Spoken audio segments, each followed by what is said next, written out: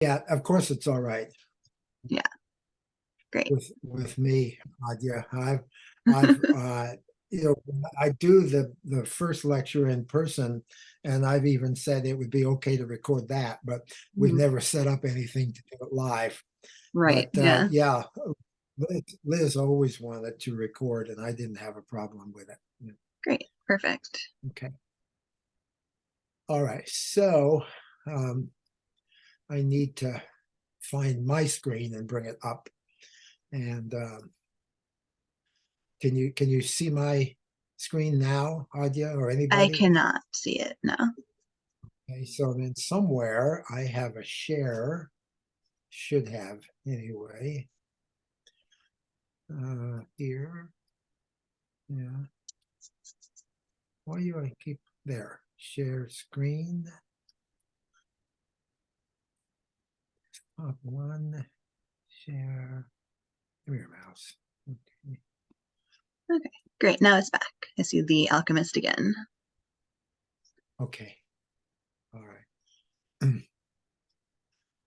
So if I click that, so now then everybody can see my 1700s Dutch alchemist. Okay. Going Yes. over his report. Yes. All right, guys. I'm gonna talk for a while and show you some slides. I've got about 40 of them, and I think we'll get some better understanding of what we did in this experiment as a consequence of going through it. I like to start off with one of these old Dutch master paintings. This one apparently was done by a man called Van Helmont in the early 1700s, something like that. It's a lot busier picture than it looks like. You can't see the two guys that are working over to the right, and then there's three guys working in the back room. But I just love these pictures because they're such a good example of what you shouldn't do, laboratory clutter and poor records keeping and disorganized approach. It's amazing they made the progress they did. But in any event, I just have this as my header slide, and it works well. I try to use one for most of the lectures I give. Okay, so now oops, I forgot to change the date. It says 22, it should say 23. I forgot to change that. All right, so what did we do this year? I had wanted to provide a summary of everybody's analysis quality. And I ran the lab on Friday. I ran it because I was troubleshooting what had gone on Wednesday. And when I did it, I got an I actually got an R squared of 999,684, but I forgot to put the 4 on there as well. And what else did I do wrong in this lab that I should have caught earlier? You'll see later that your eluent composition change didn't work. Okay, mine didn't work either, because I think that I don't have the instrument primed properly for methanol. So no methanol was used, so we didn't actually change the eluent. It was the same eluent, and so you got the same chromatogram. And since yours didn't work and mine didn't work, the only thing I could do was to give you an example from an earlier year. So I picked a reasonable example from last year, and you all should have that in your data sets. Now, all teams had serious standardization issues. And what these are still not 100% clear. Team 4 and Team 6 had somewhat reasonable R squared values, and we're going to look at one of their standards so you can see what it did look like. And I note that the two endpoints look good, the 10 and 100, But the other points, I just think that the solutions weren't mixed well because they should have been a lot closer to the line than they were. And team 6 is a similar situation. There are 3 of the standards that look reasonable. 2 are off the line by a lot. And the 20 ppm is unusual because it could be a second preparation of the 10 ppm because it has the same response. Or another possibility is an incorrect pipette was used. And a third possibility is that just by chance, it wasn't well mixed either and came out close to the 10. So even though there was a lot of trouble with the solutions you prepared, I did get your juice chromatograms. And that's a good thing because then I can give you juice analysis results. And so I used my standard to process your juices. And those are the results that you have and will be working with. I also reprocessed all the juice chromatograms at 210, making sure to get all the spectra for you. And unfortunately, I don't know what happened, but teams 2 and 3 didn't have juice data, so I couldn't do anything about that. But what I can do, and I haven't yet done it, is I can either give you, I did give you my data for my synthetic juice, but I could give you somebody else's data if you really wanted to work with some real data. And the teams that had juice profiles at 210, they typically had at least 2, sometimes 4, what I would call major peaks. There could be more peaks, but the 2 to 4 big ones is what you usually see. Okay, so now I'm going to make this a little smaller. So we're going to look at what you have and what it means. So Professor, I have a quick question. Sorry, I didn't mean to cut you. Sure. I believe me and Juan were team 1, but I didn't see anything you said for team 1. What about team 1? I'm saying I believe me and Juan were team 1, but I didn't see like in the little summary anything for team 1. That's probably because there wasn't. Yeah, just team 4 and team 6 had useful standards. The others, they were just crazy. They were all over the place. There would be no useful I don't even think I have shown some of the really bad data because it doesn't, we don't know what's going on. Okay. I'm still trying to sort out some of it. On Friday, I did the lab myself. I used the same repipettes you guys used so that I was using exactly the same solutions, just in case there was contamination, something. I used the same glassware that Amori had prepared. Amori prepared glassware for 7 teams. So I used team 7 glassware. So it was all cleaned the same way, rinsed the same way, dried the same way. Okay, so I didn't take any special stuff off my shelves. I really tried to be as much like you as I could.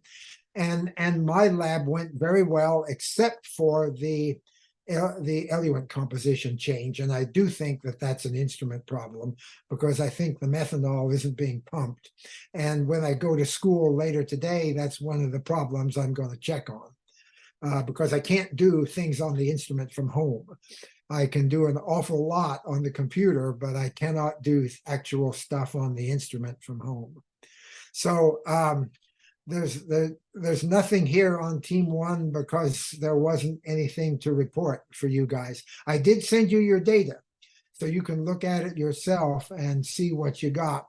And if you want to come and see me and talk about it, I'm up for that. I don't have a problem, working with you guys to try to figure out what we've got going here. I don't have any reason to suspect that there were instrument issues, or at least not serious ones, because Amori ran the lab a few days before you guys, and I ran the lab after. and we got good standardizations and everything both times. So, well, except for the eluent composition, but we didn't check in that kind of detail. You know, there definitely is some things going on here, and we do need to talk about it if you want to.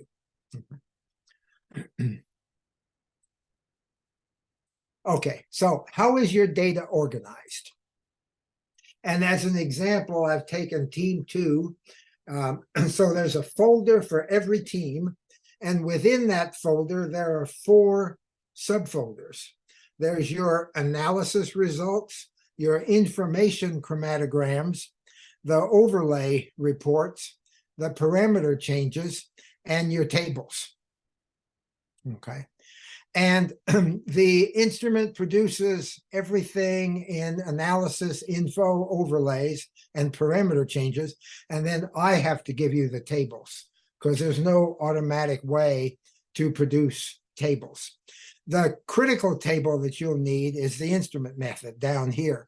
The other tables are provided for your general information because they summarize everything. So you can look at the one sheet and then figure out which chromatogram you need to go to, or which report or overlay or whatever that you need to go to work with the data.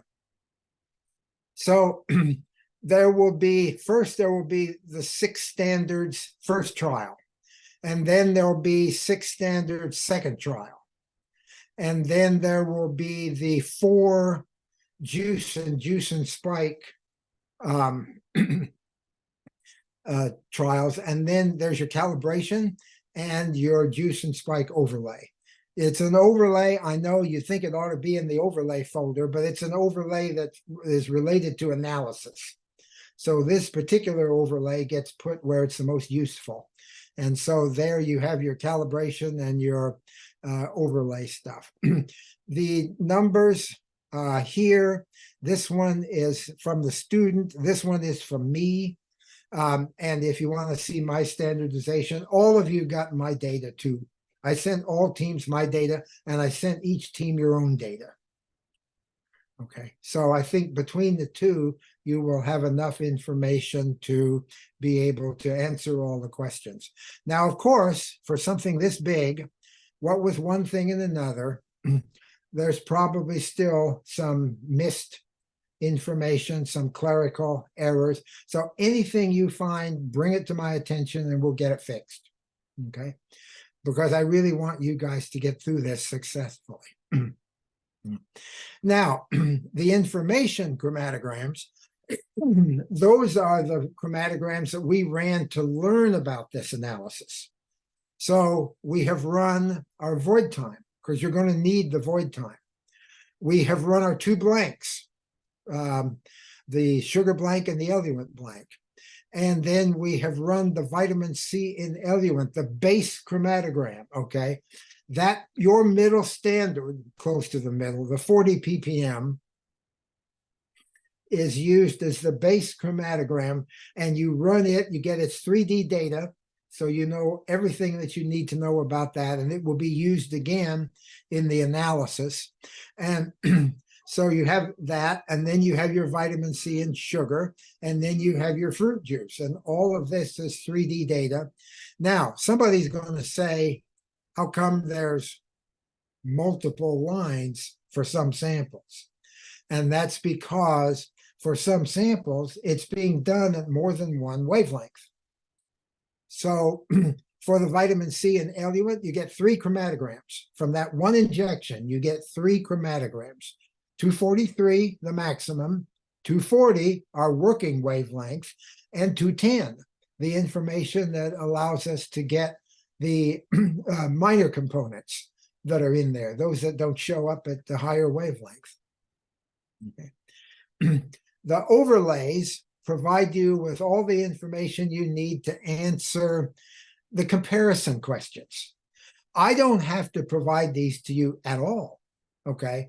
You could just be forced to look at the chromatography, but the modern world doesn't work that way. When you have, you know, powerful computer software and computer crunch power, that's what you're going to use. So that's what I did. So I produced these nice overlays, which will help you immensely because they summarize all your data in one place. And I think when you really start getting into this and thinking about it, you'll see that that is the case. And again, here, I'm actually, this may be a screw up, I'll have to check, but there are 2 SEM-rate overlays, and that may be a problem, so we'll have to look at that. But in any event, you should have all the wavelengths that you need, and if one is missing, then make sure you get back to me on that. And the parameter changes summarize the wavelength change, the sample rate, the flow rate, and the eluent composition. Okay, so those are the 4 parameter changes we made, and those reports are all there. And the wavelength change has 2 because there's one for 240 and the other one for 254. So you got the 2 chromatograms, but you will have only the one overlay where it looks at those 2. So if you look at this and think about it, it should come together. And if it doesn't, get in contact with me. We can do a lot by email. You can come by the lab and we can talk. That would be a good thing too. You can see the instrument. And if there's other things that you would like to have from the instrument, then ask me and maybe I can give them to you. Okay. All right. So now then I want to review what did we do? Okay. So here is Team 3's sample set method. That's the official name for it. And this outlines the experiment. Okay. So here is what we did to gather information. Lines 1 to 11 gather information. Okay. They do some other things. There's an equilibration, which is an instruction to the instrument to get the column ready. And then after the base chromatogram is acquired, we report the results for the first overlay, and then we export that, which sends it to the right data folder for the right team. So all that clerical stuff is managed. And then the same thing happens with the sugar. Okay. And then with the fruit juice, we don't have any overlays. We just have the 2 chromatograms at 240 and 210. From line 12 through line 27, that's the analysis section. Okay, so we run the first set of standards, and then we run the first samples. And then we run the standards again, and then we run the samples again. And like I said, we're doing it in duplicate just so we have a minimum check on the reproducibility. But in the real world, we really should be doing it another time. There should be at least 3 standardization and sample runs. They are run in this order for good analytical reasons. You don't want to set up your analysis for pattern bias. So you want to, if you're going to have a standard at one level, you use that. Then you go to your next standard and so on. And then you go to your samples and then you go back and do it all again. I don't make 2 injections of the 10.8, then 2 injections of the 20. That's not good analytical practice. Okay. So this is not what you'd call total random, but it's really good separation. So these should reproduce and behave well so that any injection should work no matter when you make it. That's the point. Okay. There can't be any pattern dependence, any time dependence in there. You can't have that in a well-designed lab. And then after we're done with the analysis, all of this stuff in here produces all the analysis reports. Okay. And then from line 35 to the end, that's when we do the parameter changes. And each parameter change has some preparation. Okay. So if we look at wavelength, which is the first one, we see that we come out of the analysis on line 27, which was an injection. And then we go to line 35, which is an injection. Okay. We changed something, but I didn't have to tell the instrument to do anything special. Why is that? Okay. Because the first thing that we're changing is wavelength. And where do we make a wavelength change? We make the wavelength change on the detector. And the detector is an electronic device. It responds immediately, okay? And it's completely under our control. So I don't have to do anything to the chemistry. I can just change the detector settings and use the new ones. So the two wavelength choices are in here, and the instrument method is in here for doing that. And it's all taken care of, and I don't need any equilibration steps or any other setups. Then the second parameter we're changing is the sample rate, and it's changed to 5. The normal sample rate is 20. So I am making the sample rate much slower. So it'll be taking fewer points. And the question is, will that affect the chromatography? And the second question is, do I have to do anything to prepare for that? And the answer is no, because it's still a detector setting. So I can change the sample rate and the instrument is ready to go. Okay. Then we change the flow rate. Now the flow rate is a column change. Okay, so now we enter the world of chemistry, because if something is going to be on the column, that's a chemical process. Chemical processes are not instant. Okay, so we have to equilibrate. So to get ready for the new flow rate, I'm going to tell the instrument to run for 10 minutes at a flow of 0.7. So that the column is equilibrated to that flow. Okay. When the flow rate test is done, we're going to do the eluent composition. That's an even bigger change to the column. Now we're changing composition. Okay. So for that, it needs to equilibrate for 15 minutes. Okay. I chose this column because it has the highest vitamin C retention time of any column that we have that I can find. Okay. And I want you guys to have the highest retention possible so that we can get good measurements of what's referred to as the separation factor. But I'm not going to go into that here. You'll be working with it later on. So I want that to be as large as possible. And so the column that does that equilibrates slowly, which is why I have to have such long equilibrations to get ready for each one of these changes. Okay. So then I also have to change the runtime, because some of these things are either going to take longer or shorter, depending on whether it's a speed up process or a slow down process. So I change my run times to optimize the experiment so that I'm not wasting time, wasting solvent unnecessarily. Okay. And then after the last parameter change, we're done with the experiment.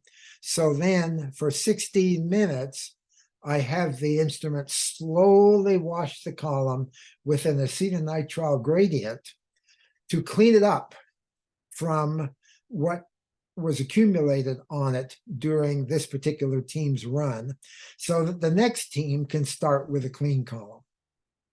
Okay, so that is the flow of the experiment. And I talked about the main function operations here and the different regions and the samples that are involved. There are other columns over here that have a clerical function, and they tell you more about your experiment and summarize it. The sample matrix is linked with the procedure. This is just a clerical column. It's not used for anything other than to convey information to you guys. So then you know what the sample matrix was for every sample that you used. Okay, so most of them just have standard sample dilution solution, but of course, the juices have juice in them. So that's a change. The sugar has the fructose in it. So that's a change. Okay. So that keeps track of all of this for you. And these columns here, I talked about in the lecture. I can talk about them more to you individually if you're interested, but I'm not really going to go into it here because this is real instrument operation and not critical for the purposes of this experiment. Okay, and you will notice that I am using the maximum injection volume for this injector. I'm doing that to really try to get us the best precision possible. And I'm also using the same injection volume to give us the highest precision possible. And there's another reason why I'm doing that. In the compliance world, you need to run everything with the same injection volume.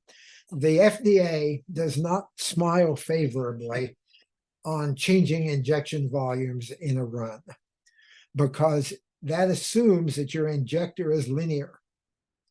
And that may be a big assumption. You don't necessarily know that your injector is linear. So you want to design your experiments to use the same volume for everything. And that guideline also influenced me in setting up the concentrations and the whole scale of the experiment. So everything had to look at all the other parameters to get all this to come together and make a nice, smooth experiment. Okay, so now we'll push on. So we set up the experiment, we talked about the experiment, and what's the first thing we get? The first thing we get is a list of data that was acquired from running that sample set. So here is the channels table. And we have more information showing up already. First of all the operational stuff, all those grayed outlines, partially grayed outlines, they're gone because those were instructions. We don't need them anymore. This is a summary of injections, okay? Just what was actually done. The main additional piece of information that I have shown here for your help is to tell you which injections are 3D data and which injections are 2D data, okay? The 3D data is information gathering. So all the initial information stuff and all the parameter change stuff, that's all done with the full spectral photodiode array detection. So we can get 3D data for review on all of those. But the analysis is the analysis. We don't need to waste disk space. So we will just choose our 240 nanometers, and that's what the table tells us. So for the beginning with the standards, we are gathering two-dimensional data. That means absorbance versus time, okay? Just absorbance versus time at one wavelength. That's what 2D means, okay? 3D means take the spectrum, okay? And the spectrum is from 200 to 350. For the 2D data, we use one PDA channel and we set that at 240 nanometers. Okay. So that's where all those vitamin C, LC individual reports come from. No spectra, just a chromatogram, because that's all you get.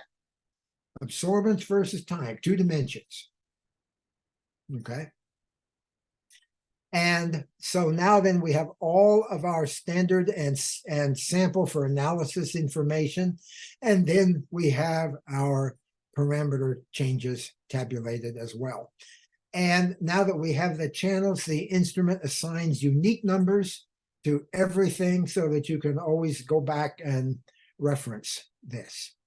And, you know, I've put lots of information on here to help you organize your data. The sample set name tells you which team. So, you know, we know who we're talking about. So I think these tables will help you. Okay, so then at the final, what do we get? Because we got all these channels, but we don't have any answers yet. All right, so we have to process the data. We have to take all of those raw spectra with time and pull out chromatography, pull out retention times, pull out areas, pull out heights, the whole list of things that we need associated with that data have to be produced. So here is our initial information gathering. And every channel, I show the wavelength, okay? And I explained to you in the first lecture how I do that, but don't worry about how I do that. What you see is for the hydrogen peroxide, we have the void time at 240, okay? For the blank, we have a 210 nanometer blank and a 240 nanometer blank. So we made one injection, but we have 2 chromatograms. Okay. Then for the sugar, we just have 240 because we're not going to do anything special with it. Then we have our vitamin C in eluent. 1 injection, 3 chromatograms, because I want the chromatogram at 240, the chromatogram at 243, and the chromatogram at 210. And I can do that because I just picked those from the PDA list, okay? Because the PDA took chromatograms from 200 to 350.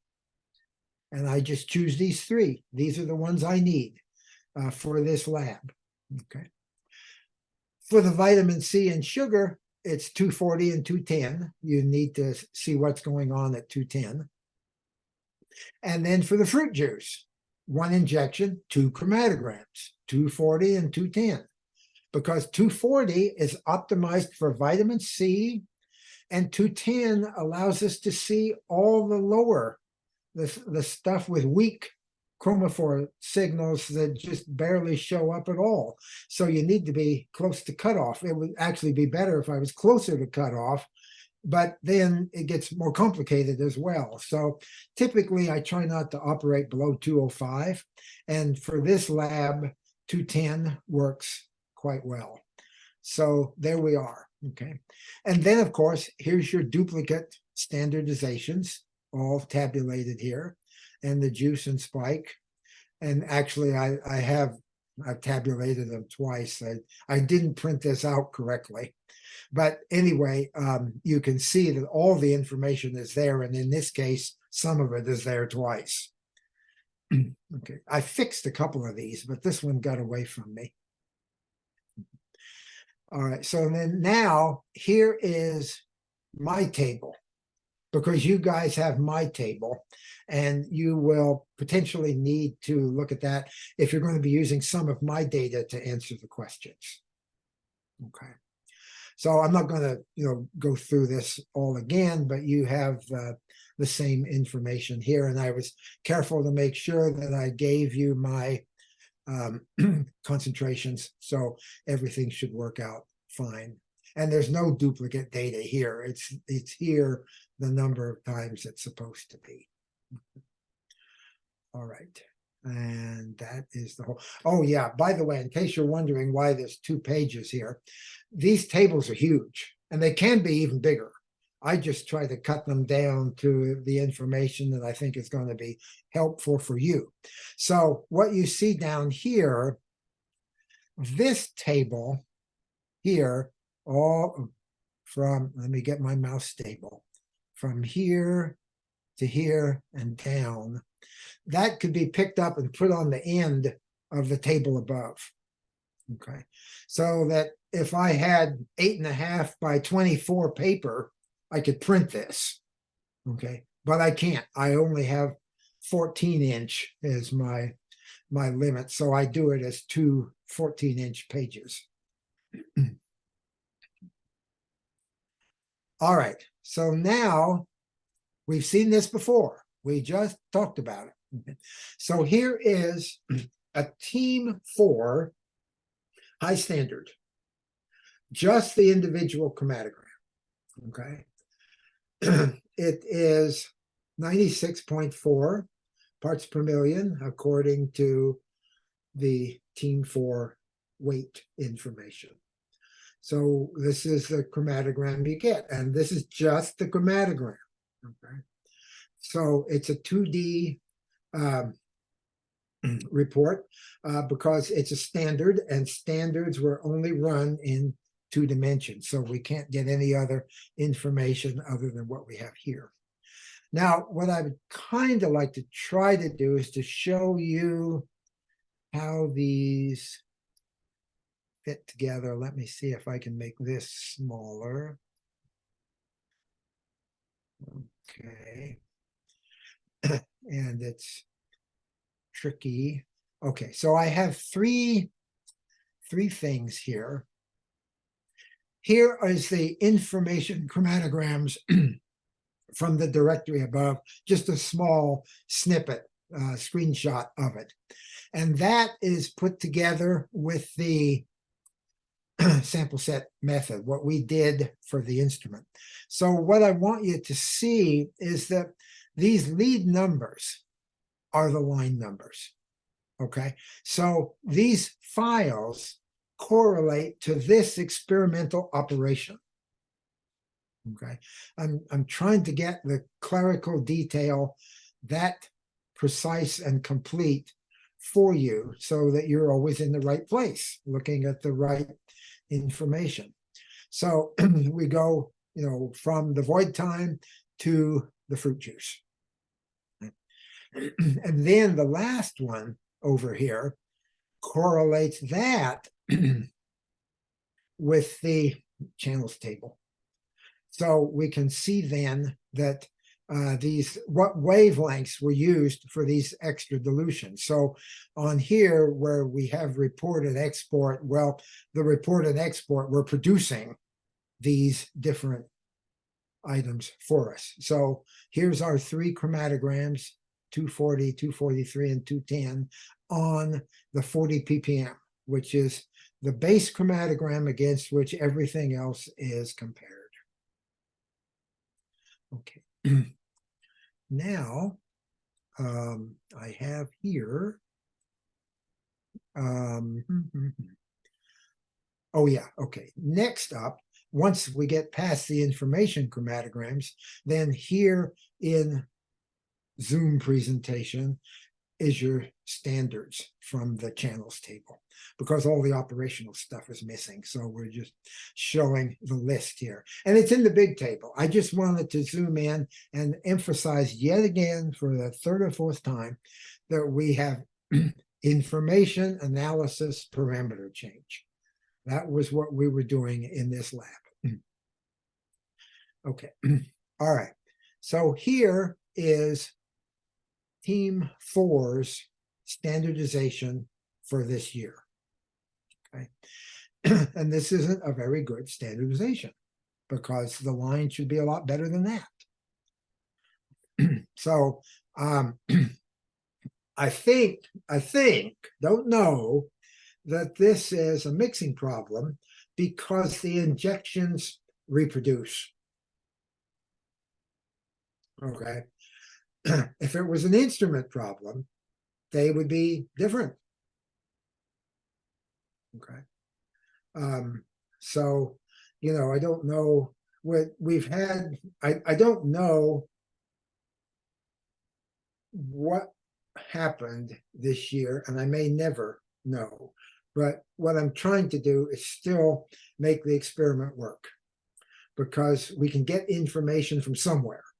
And in the real world, stuff goes wrong. I mean, I've had to rerun assays. I've known other people that have had to rerun assays.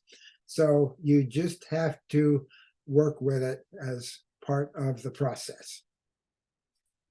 Okay, so then the table is here, and here, these are much bigger deviations than we were seeing in the examples that we talked about in the early part of our presentation today.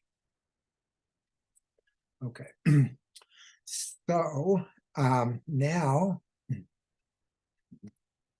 I'm not bragging. I know it looks like it, but I'm not bragging. But this is mine. Okay. I did brag about it because I beat Amori.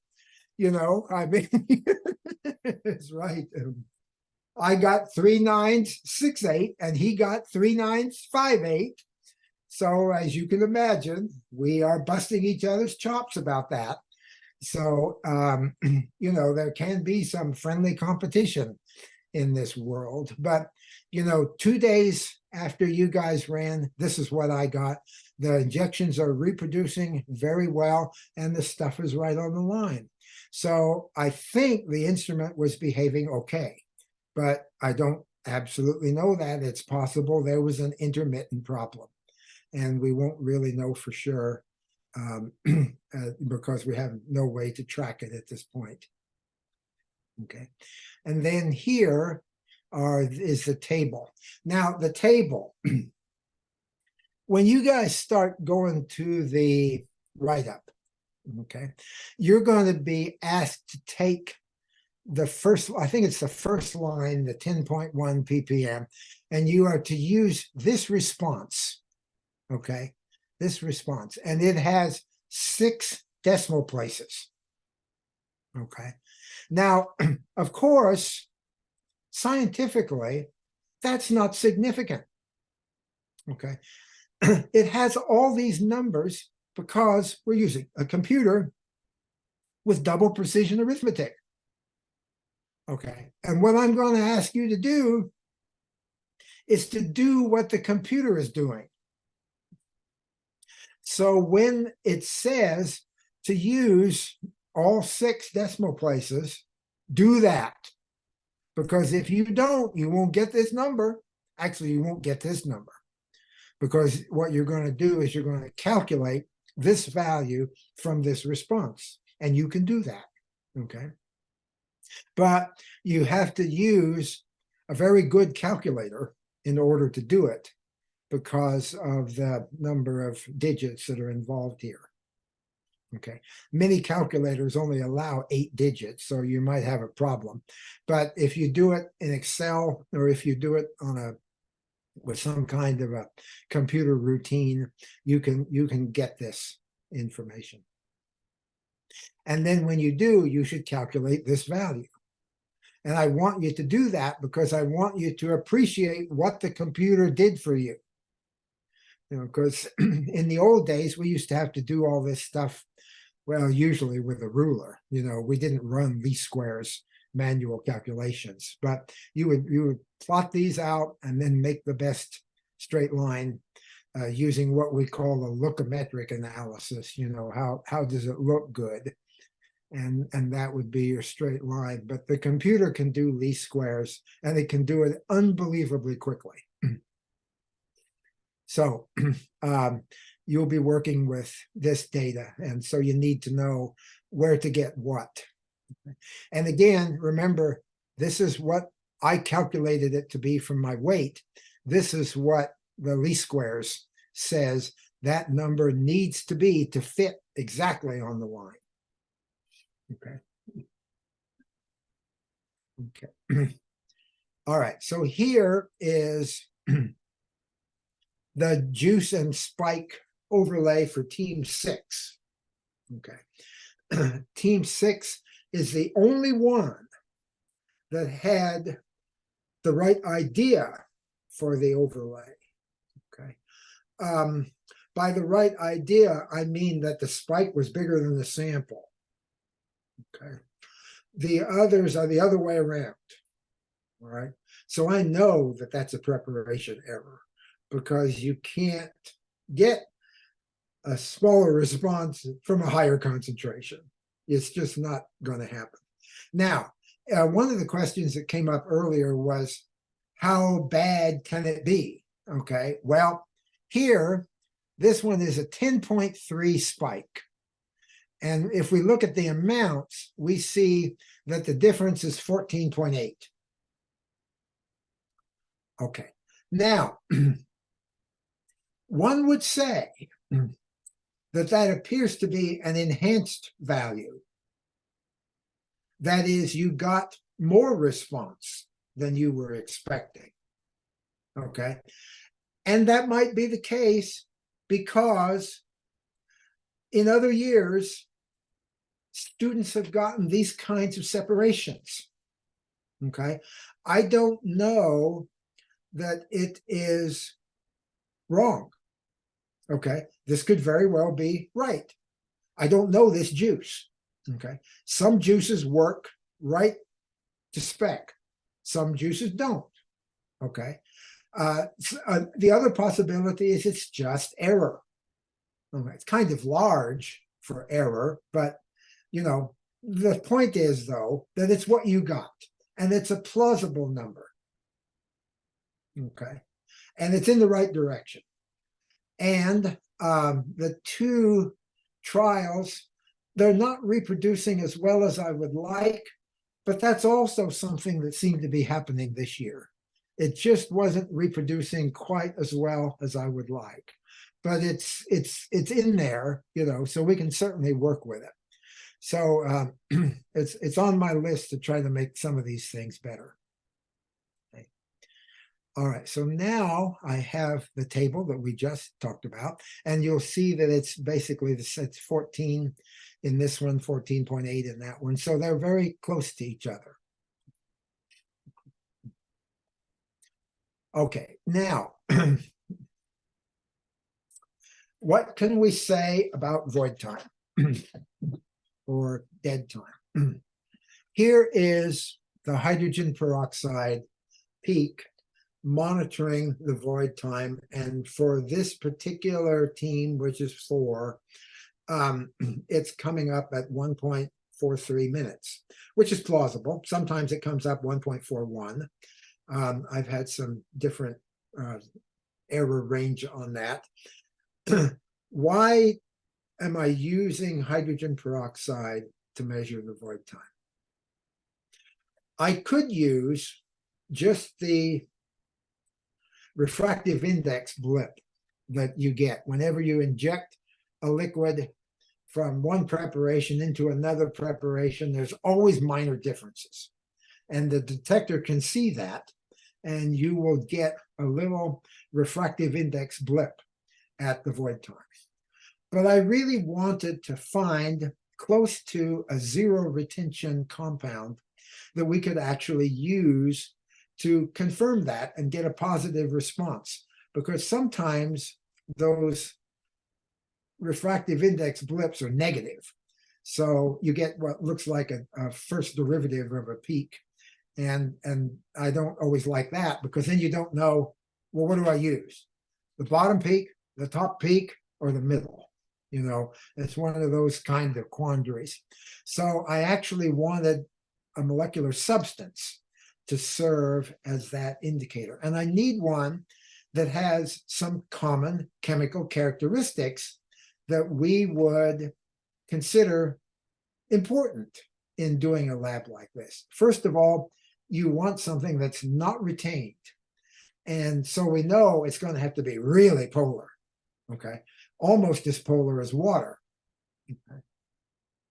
It needs to have a UV response if I'm going to be able to see it. We don't have to see the peak in the spectrum, but we need to at least be into a wavelength region where we can see a signal. Okay. And hydrogen peroxide happens to meet those criteria. Okay. It is close to water. It just has one more oxygen. It's very polar. As near as I can tell, and I've done some considerable testing on it, it is not retained on this column at all. Okay.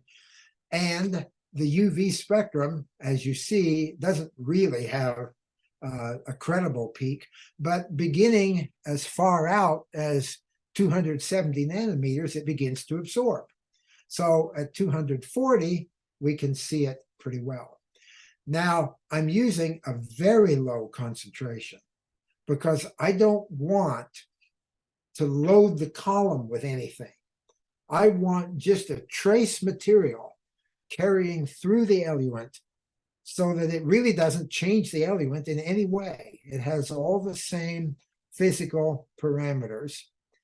And so I wanted to inject as small an amount as possible. And hydrogen peroxide is sensitive enough that I can do that. So I'm using 0.003%, very low concentration, and we are getting our void time. Okay.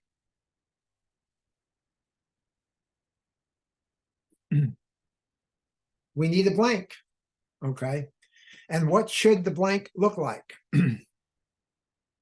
Well, should be flat, okay? Should not have any peaks in it, okay? So you're going to say, well, it's not flat and it's got a peak in it. So there must be a problem here. And I'm going to argue that no, there isn't a problem here because the peak is that little refractive index thing that I was telling you about just from making the injection, okay? And is a very tiny peak, okay? 0.4 milliabsorbents is the range up here, and the height of the peak is probably 0.2 milliabsorbents from here down to the baseline at maximum, something like that. The baseline is drifting down, but from minus 0.0004 to minus 0.0012. And if we put that on our vitamin C scale, that's flat. Okay, we don't even see this kind of stuff. Now, a chromatogram like this does something else. It shows you that we don't have much noise, okay? And we don't want noise when we're doing chromatography. So all this little baseline ripple, that's our noise, and that is small. That's going to be 10 to the minus 6 absorbance or less, and that's a good thing. That's what we want to see. Okay. Then we need a sugar blank. Okay. With the sugar blank, we have more stuff on the chromatogram. The scale's about the same, still very small. But we have this negative peak at 1.883. And why is that? Because sugar dramatically disturbs the refractive index. And you don't know which direction. It could go up or it could go down. Okay. So this is a disturbance in the baseline from the presence of sugar. Now, this is a tiny response.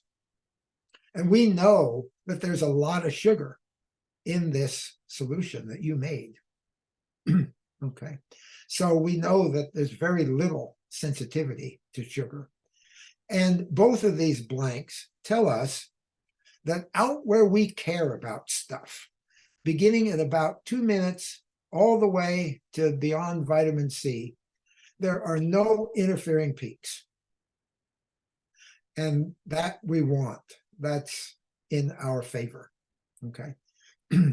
Now, the sharp ones among you will say that I have an error noted down here at the bottom of the page, and I have to trace that, find out what's going on.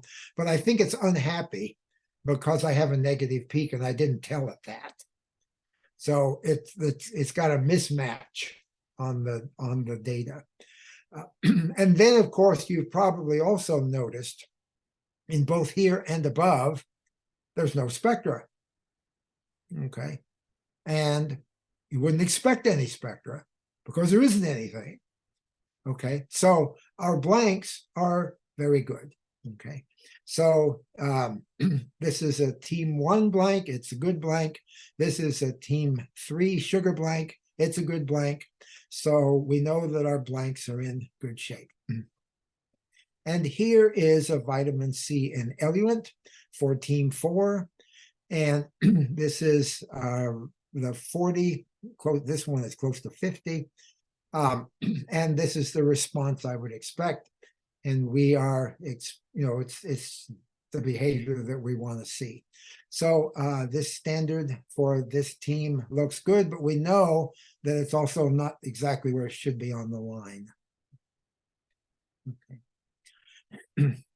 And then here is team 4's same, and there's something else in there. I don't know where this came from.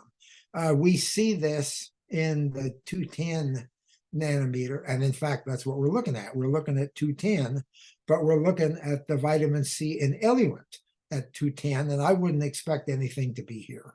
So I'm not sure where this has come from. The 1.43 makes sense. That's our injection blip. We would always get that. But I don't know what is going on with this peak. But at 210 nanometers, we can see it. Okay. And in this case, you'll see that the vitamin C response is much lower, which makes sense because at 210, which is over here, the vitamin C response is much lower. It's way down on the spectrum plot. Okay. All right. And then here's 243. And it doesn't really look that much different than 240. And in fact, it's so close that you'll have to look at the overlay to see the difference. It's that kind of question. And I will ask you later on what that means. I mean, is it okay that we use 240 for the working wavelength, or should we use 244? It's that kind of question. I'd be interested in seeing what your thoughts are. Okay, so fruit juice. Here is Team 4's juice. They had a interesting juice. It's so interesting, in fact, that you can even see some of the peaks at 240. They're little guys, because we're down at the tail end of their spectra, but you can see them. Now, of course, we know where we're really going to get to see the juice is when we go to 210. So that's the one. Where'd it go? Didn't I put 210 in here? Oh dear. Uh-oh. It was my intention to put one in here. Well, maybe it's further down. Let me keep going. Okay, we'll talk about this.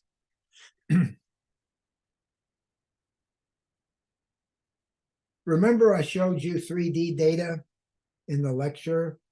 Well, here is Team 5 juice.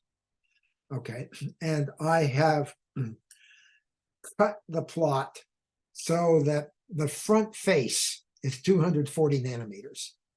So if you look at the front face, you can see the chromatogram that was just above. Okay, and so here is a little peak, and here is a little peak, and they were showing up. Okay, and then here is vitamin C right there, and then down. Okay, but if we look at it at 210, then we see this chromatogram. Vitamin C is shorter because the sensitivity is lower here. But now with 210 as the face, we have this peak, this peak, this peak. We have this negative stuff. And then we have this peak and this peak and this peak, and then vitamin C. Okay. And if you look closely, because I've only got 10 nanometers here, you can actually see the individual chromatograms at the different wavelengths as you move back through the plot. Okay. All right. So now your overlays. The overlays have a purpose. I want you to use them to do comparisons and get values summarized in one place, like with the juice and spike.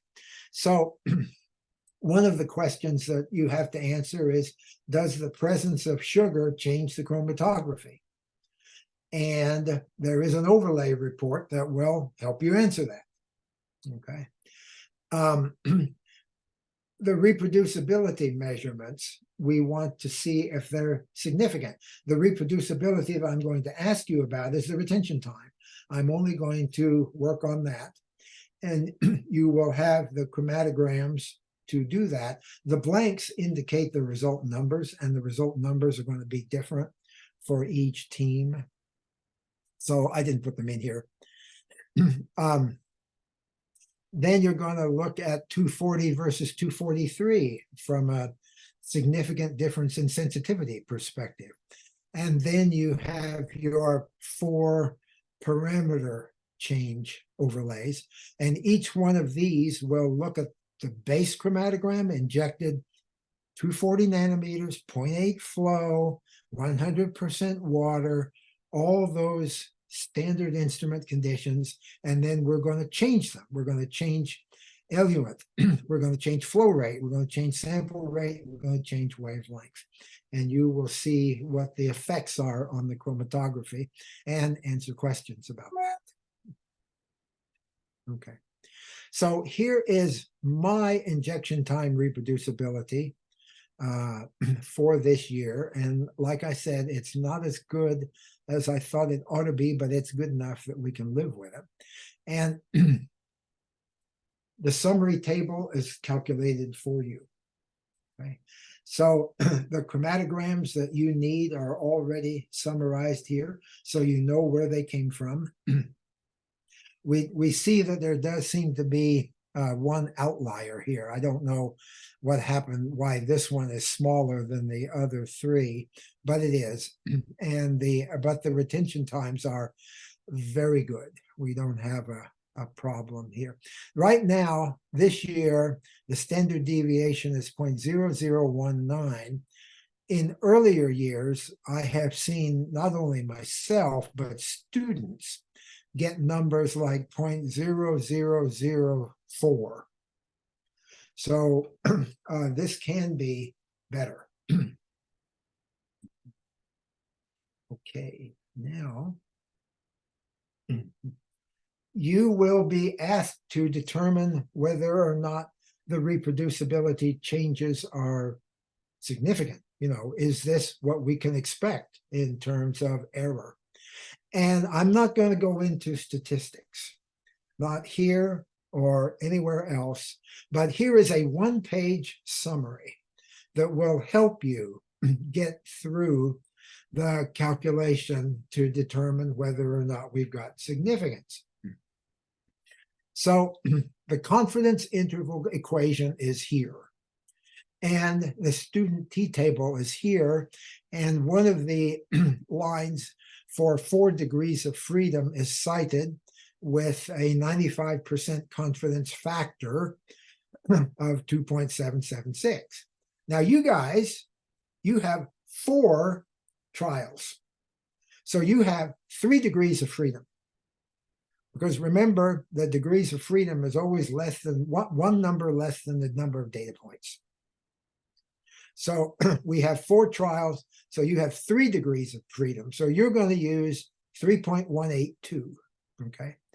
So T in this equation for you is 3.182. And then you use your standard deviation, which would probably be my standard deviation. And then you divide that by the square root of 4. And that'll give you the confidence interval. And then you can see whether all 4 of the trials are within or without the confidence interval. So then you can tell whether there is a significant change. And you can do that for anything that we have. But the problem is that this reproducibility for wavelength retention time is about the only one where we have enough numbers to do something. We just don't have enough trials for anything else to do any statistics. Okay. All right. So now then, here's an eluent versus sugar overlay. And this is from whom? This is from Team 4. Okay. Now, here we see a small problem. This is where my efforts at automation have come back to be a little less convenient than I wanted. I have multiple injections on some of these vials. So that means when I do the overlays, I get everything. And I don't want everything. What I want is I want to show you 240, okay? But of course, I have 210 data and I have 243 data. So the instrument gives me that. Okay. And so I have to figure out how to stop that if I want to make it more convenient for everybody. But, you know, you can see it actually works out pretty well. You can see the 210 and you can see the 240 and the 243. So it's not that much of a problem for this one, but this is an area that I need to work on because I'm not getting the exact overlay that I want. So, but I think you guys can work with it. I don't think it's going to be much of a problem. Okay. And then here is, I think, yeah, here's an overlay from a previous year, which I put in just to show you, because this one was done manually. And so I did it manually and I just asked for the 2. And so I just got the 2 and it's just a 240. So we just, and the other one is here, it just spilled onto the second page. So not everything necessarily comes out right if the plot gets to be a little bit bigger. Okay, now that's it. Okay, that's the slides for what I have to talk about review and data. Okay, I have another small set of slides that we can talk about and probably should. And then first of all, do you guys have questions or any issues or points you want to bring up? All quiet. Okay. All right.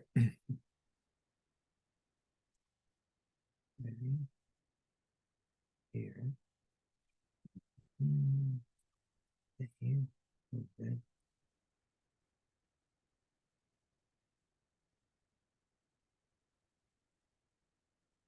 This is a little short presentation.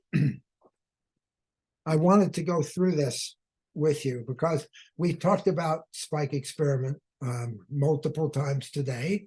I talked about it in the first lecture.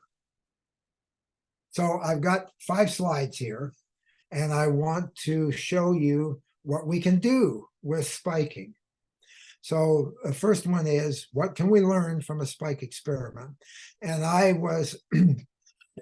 got the idea for this presentation when I found this caffeine example from Thermo Scientific. What they have here is a chromatogram on a lemon lime carbonated beverage. And they diluted the juice 10-fold, which, does that sound familiar? I mean, I think that's what we did. Or maybe we just did 5-fold, but we did a dilution anyway. And then they have taken the sample from the juice and they have made a guess based on experience of what are the kinds of things that you find in these kind of carbonated beverages. And they made up caffeine, aspartame, sorbate, benzoate, citrate, acesulfame, and saccharin. They made those up as standard solutions, of which they added a small part to the sample. Okay. And then they ran the chromatogram again, and that's the red one. Okay. So we see that for all the peaks that were in the sample, when we look at the red one, they're all bigger. Now, you're going to say, I don't think 5 is bigger. And 5 is a tough one. Okay. On this scale, it's really hard to tell because citrate at 100 ppm has been added. So there must be a lot of citrate in here because 100 ppm has hardly changed the peak size. Okay, so citrate is extremely low sensitivity at 210 nanometers. But take my word for it that this peak is a smidgen bigger, okay? But you'd have to really, it's hard to tell from the data that we have here. It would really be better if we had the original data system report on this preparation. But we can see, again, it's tough to check because remember, there's an offset here between A and B. But if you take a ruler and measure this distance and then measure this distance, you'll find that this red line is about 20% longer than the distance between A and B. And then we can definitely tell that 4 is bigger and 6 is bigger. Now, what else can we tell? Right away, okay, we know the sample doesn't have any 7 in it. So this lemon lime beverage doesn't have saccharin. Okay. And then remember when I was saying earlier that if you just add the spike and there's nothing there, you get the spike? Well, that's what happened here. Okay. They added 10 ppm saccharin and there's the saccharin peak from the spike, but there's nothing in the sample. Okay. 6, the acesulfame, they added 33 ppm, and you can see that the peak is bigger. Not a lot bigger, but bigger. Okay. We can tell that this sample, this lemon lime drink, has acesulfame in it, has citrate in it, has benzoate in it, and doesn't have sorbate, and doesn't have aspartame. Now you're going to say, well, I think it does have aspartame because there's something there. And yes, there is something there. And there may be a trace amount of aspartame there. But it also may be just blank because we see here is blank and here is blank. And you can see those there and there. Okay. So these kinds of things are carrying through in the spike. This one, maybe there's a trace, okay, but it could be contamination or even carryover from a previous injection. So then we can say that this juice, we've done 2 chromatograms, okay, 2 chromatograms, and we can identify all the components. So we know caffeine, benzoate, citrate, and acesulfame are in the juice, and the others aren't. Now, one thing I like to do is get the chemistry. So what are these compounds? What are their structures? It's really a good idea to always familiarize yourself with the structures and what you're working with. So with respect to chemistry, here's some questions, and I really want answers. Why is the caffeine in there?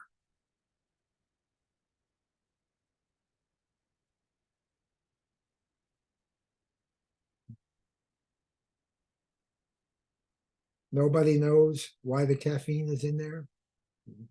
Adia, do you know why the caffeine is in there? That's all right. I'm not sure exactly what you're asking. Why is the caffeine in where? Why is the caffeine in this lemon lime carbonated beverage drink? To make you feel energetic after you drink it, perhaps. I think you're right. Yeah, I mean, I'm not trying to be difficult here. Yeah. They're selling a product. It's not listed as an energy drink, but I think it probably is there to be a stimulant. Sure, because it's for people who don't like coffee or can't get coffee on the run, but they can get a can or something and drink it. Sure. Yeah, there's nothing heavy duty here. This is just consumer stuff. Okay. So I'm pretty sure that's the reason why the caffeine's in there. Okay. Now, there is no aspartame in there, so we don't have to worry about that. And there is no sorbate in there, but there is benzoate. What's the benzoate in there for? Anybody know? I think it's a You may preservative, have, isn't it? yes, it is. Benzoate is a preservative. So then, segue, what's the citrate for?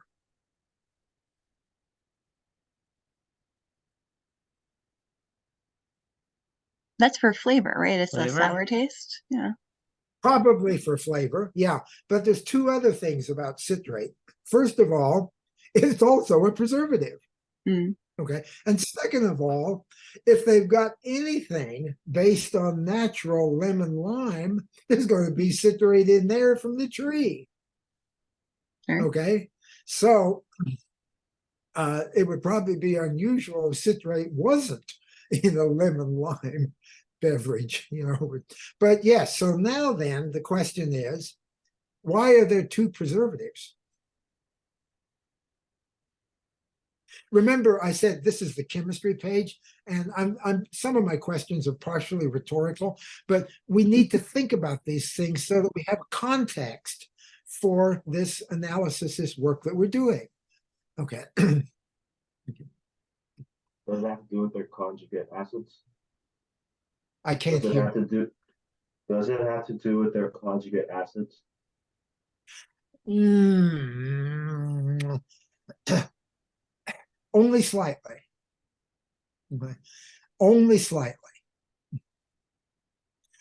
The reason there are two preservatives, I mean, first of all, we've allowed for the fact that the citrate is in there naturally. So you can, the citrate is a chelator preservative. It ties up heavy metals to prevent sourness and rancidity kinds of things.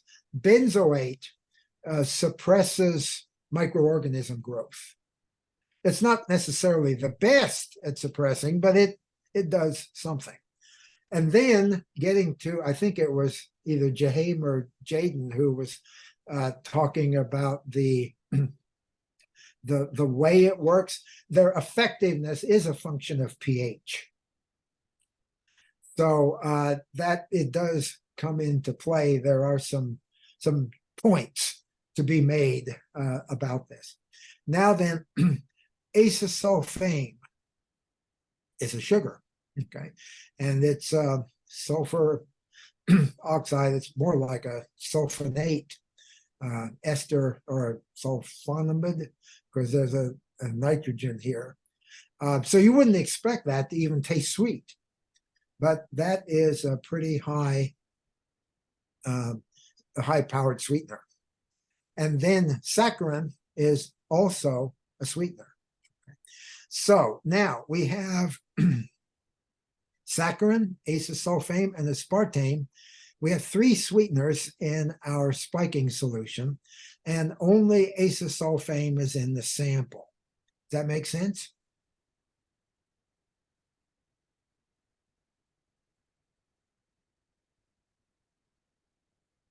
Probably, because how many sweeteners does a vendor need to put into a drink? You know, I mean, possibly for some very subtle special flavor mix, they might do it, but you wouldn't, you know, you're going to think a lemon lime drink and it's sweetened. They're probably just going to use one. You know, we don't know which one they might choose, but in this case, they chose acesulfame and they didn't use aspartame or saccharin. Okay. So, you know, you need to know some background. Why are these molecules even up for consideration? What do they look like? What do they mean? You know, what is their function physiologically? You got to get some backstory on this stuff if you're going to do an analysis, okay? So I really wanted to push these points because I think it's important. Now, another thing. We got the spike concentration and we got the two chromatograms. Here's a question. Can we actually calculate the concentrations in the drink from the information that's given in this slide?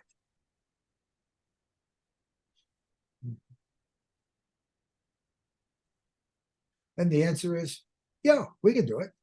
Okay. Now, for practical purposes, The only one that makes sense, given the scale of the data that we've got, is to use 6. Okay, because this is a tough one. It's tough for 2 reasons. You got this funny baseline here because you've got this interference and that interference. Caffeine is a tricky one to get separated from what's in the sample, even allowing for the offset. But here, clean, well-resolved, significant difference. Okay. In principle, it can be done for the others, but only if you have the data system data. But here, we can do it for this one, at least roughly. Okay. So, what do we do? Anybody want to jump in with a starting point?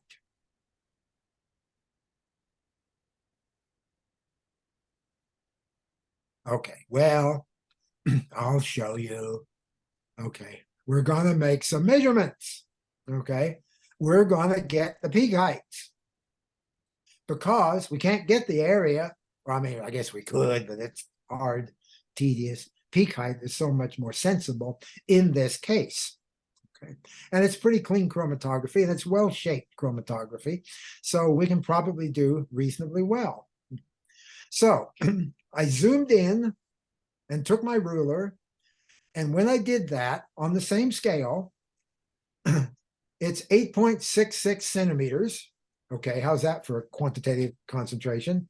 Okay, we have 8.66 centimeters of acesulfame in the beverage. And we have 10.96 centimeters of acesulfame in the spike. Okay, now, so how much is attributable to the spike? The difference between the two. Difference between the two. Thank you. Okay, so that's 2.3. Okay, so 33.3 ppm acesulfame is 2.3 centimeters. And now we have a conversion factor. And we're in good shape. Okay, so now we do advanced arithmetic. Okay, and 10.96 minus 8.66 in the denominator, 2.3 per 33.3 milligrams. I actually have it 33.3 ppm per 2.3 centimeters. And then what's the height of this peak? 8.66 centimeters. So 8.66 times this ratio says that there's 125 ppm of acesulfame in this beverage. And that's reasonable, okay? Because we do the beverages lab in analytical, and the sugar materials that are added, the sweeteners, they're always there at hundreds of ppm. Because remember, this was diluted by 10. Okay, so that would say that there was 1,000 ppm in the original, which is reasonable because 1,000 ppm is 0.1%. It's okay, we can live with that. Okay, so you know, this is what I need you to think about and just be aware of. Get your background information. What kind of information does your data give you? What can you get from it if you really need it? Okay. Okay, so guys, it's almost 11 o'clock and I'm done. Okay, this is all the slides I have for you. I would have talked more about individual data if there had been more data to talk about, but we have talked now in lecture. We've had the lab. I've talked to you again. We've done some exercises, practice exercises. Work at this, okay? Please, you can do it. All right. Those before you have done it. So I know you guys can do it too. Okay. You can come and see me. Okay. I got to dig up my Zoom link if somebody wants to talk to me. You can come by the office anytime. You can email. Students often think that email isn't a very good way to ask questions, but you'd be surprised at what you can get you can ask a question better than you think, and I can usually answer it without writing a book. So I think we can work this out. All right. Anybody have any questions? I know I'm letting you go 40 minutes early, but I think that we've covered the basics here, and the labs have different lengths depending on what you have to do. Next week is primarily a help session from my point of view. So please come with questions. Let's get down to the hard business of getting this right up underway. And I will, what was I going to say? I had a thought and then I lost it. But we can get it done here. I really think so. Okay. And for what it's worth, you guys have done pretty well in terms of participatory discussion, and you've asked many more questions than I usually get. And you guys have been really helpful in the development of this lab. It's totally unknown to you, but you helped show me. I found 7 clerical errors in operations because of all the data you guys gave me. So I've been working on this, and you have been a help in developing this lab. And remember, I told you at the lecture that this was going to be a development process to some degree. Almost every year has some development component.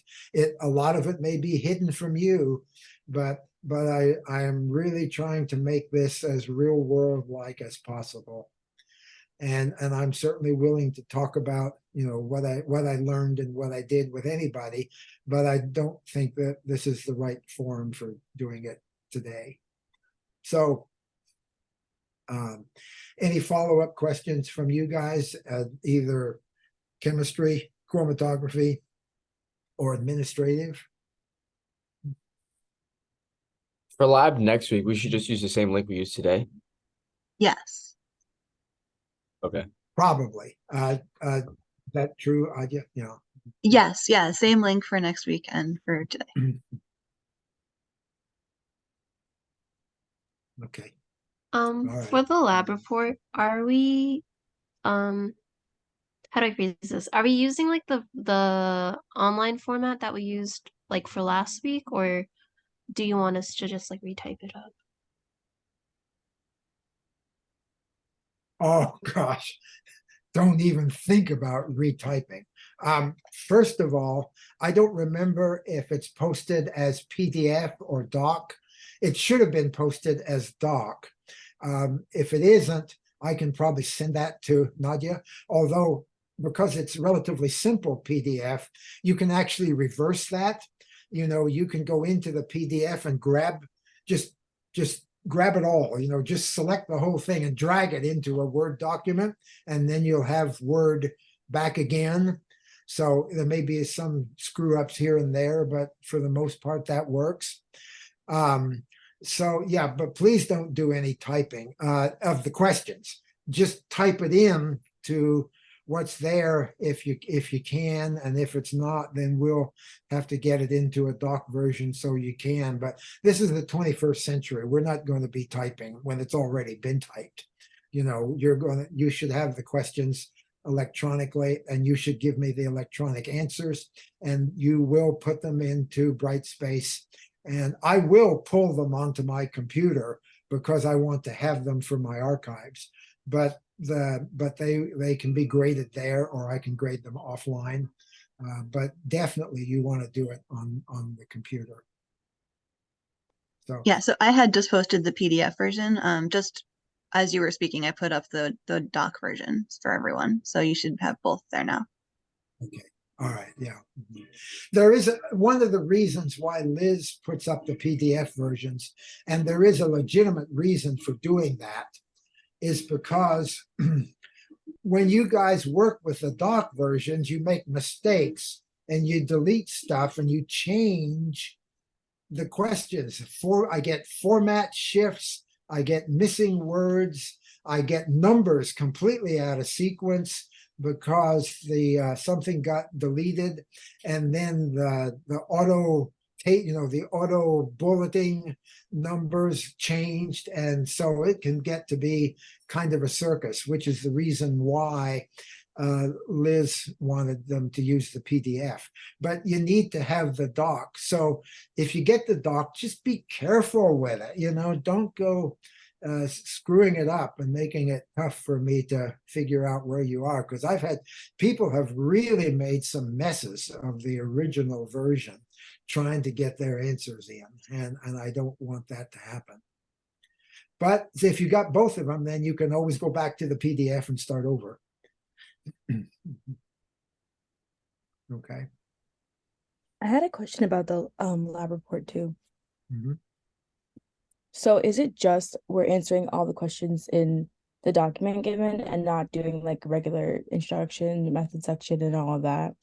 Well, first of all, you don't need to do a method section. The only thing that you might consider doing that would be like some of your other labs is you can have a short introduction if that makes you happy. Okay. And usually those are interesting. I don't mind reading those. So if you wanted to do that, that would be fine. But the area where I want you to put in any effort that you would call beyond the questions is discussion. Okay. You can't tell me enough. All right. Generally, what I get is the answers to the questions and maybe just a little bit of introduction or something like that. But, if there's more that you want to discuss, you can certainly do that. If you do bring in information from outside sources, make sure you reference them. I either want the link, or if it's a book, I want the name, title, page number sort of thing. And if it's a paper, then it should be the citation for the paper and some stuff. So, but yes, answering the questions is the basics. You get that done, you're done. Anything else you can do, good idea. And I will tell you up front that I do give, if somebody does a really nice job on something, I do give a little extra credit. Okay. And if you're one of those groups where like the data was bad, Uh-huh. should we base this lab off of your results? That's the idea. That's Okay. what I said in the email. Yeah. Perfect. I just wanted to double check. Okay. And I used my standards to analyze your juices. So it ought to be pretty good, but it might not be quite the same. But in any event, even though it's my standardization, I think there's only one team that didn't have juice data. So everybody else has juice data, and it's your juice data. So, you're better off than you think. All right. But the problem is that if the standardization gets screwed up, that really hurts so much of the rest of the experiment, particularly if one of the standards is the 40 ppm, because that is used everywhere. If you only get one solution right, that's the solution you've got to get right, because that's the one you need for so much else. Okay. If for like in regard to the discussion, obviously I know the 99% of the lab report is going to be your data and stuff, but for the discussion, should we, or like do you recommend touching upon like our data, like possibly why I got messed up or something, or Anything? Yeah. If you have any ideas, I'm up for that. okay. Yep. I'm up for that. Sure. Yeah.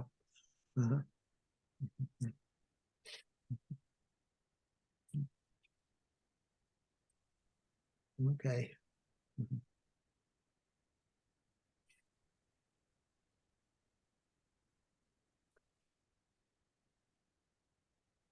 Any other questions of any kind? This is a question more for Professor Katzeff. But is there a lab notebook assignment due for today? No, there won't be notebooks for today or next week. Just for the week 2, the actual experiment part. Okay, thank you.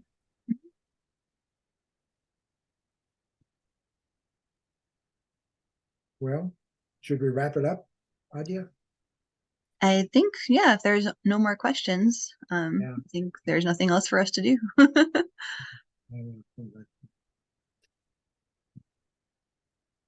All right, After all so this, you guys should be tired anyway. There's a lot here to take in. and plus they have their exam tomorrow, so they're probably exhausted from studying. Okay, all right.